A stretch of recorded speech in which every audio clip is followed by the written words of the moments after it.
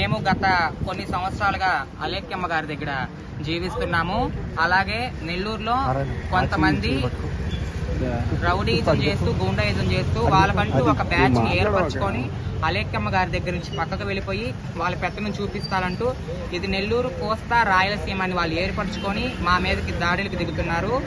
ఈ రోజు చూసుకుంటుండే వాళ్ళ బ్యాచ్ లో నుంచి శిల్పమ్మ గారు వచ్చిన దానికి ఆమె మీద దాడి చేశారు. మేము పోలీస్ స్టేషన్ కి వచ్చి కేసు ఇస్తున్న సమయంలో కూడా బయటకు వచ్చి పోలీసు వారు ఉండగానే వాళ్ళ ముందర చెప్పులతో రాళ్లతో దాడి చేశారు. అలాగే పోలీసు వారికి కూడా తగిలింది. పోలీసు వారు కూడా ఉన్నారు.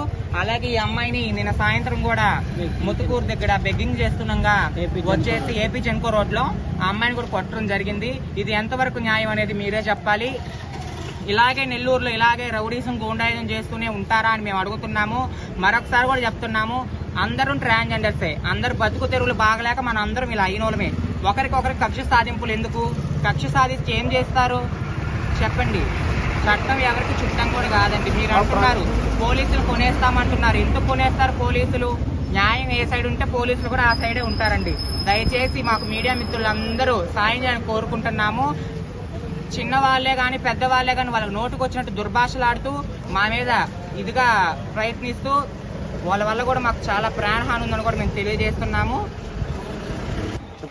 కోస్తా రాయలసీమ అని ఎవరైతే బ్యాచీలు ఏర్పరచుకొని వాళ్ళు స్వతంత్రంగా నెల్లూరులో తిరుగుతూ రౌడీజం గూండాయిజం చేస్తున్నారో వాళ్ళ నుంచి వాళ్ళ అనుచరుల నుంచి మాకు ప్రాణహాని ఉందండి. మాకు అలేఖ్యమ్మ వర్గానికి మా అందరికి కూడా ప్రాణహాని ఉందండి. దయచేసి మమ్మల్ని అందరినీ కాపాడలేగా 2 టౌన్ లో కూడా కేసు ఇవ్వడం జరిగింది. మా మీద లేనిపోని కేసులు పెడుతూ కూడా లేనిపోని విధంగా కొత్తగా సృష్టిస్తూ కూడా ఈ విధంగా చేస్తున్నారు.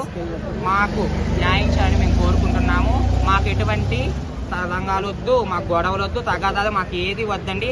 మాకు అటోళ్ళు మంచోళ్ళే, ఇటోళ్ళు మంచోళ్ళు. మనం అందరం కలిసికట్టుగా నెల్లూరులో జీవించాలి. నెల్లూరుని గబ్బుపాలు చేసేస్తున్నారు కోస్తా రాయలసీమ నేర్చుకున్న వాళ్ళు. దయచేసి మీరు ఇట్లాంటి దుర్బుద్ధులు మానుకొని అందరం సరి సమానంగా అందరం కలిసి కట్టుగా జీవించాలని ఇంకోసారిగా నేను మీడియా ముఖంగా కూడా తెలియజేసుకుంటున్నాను.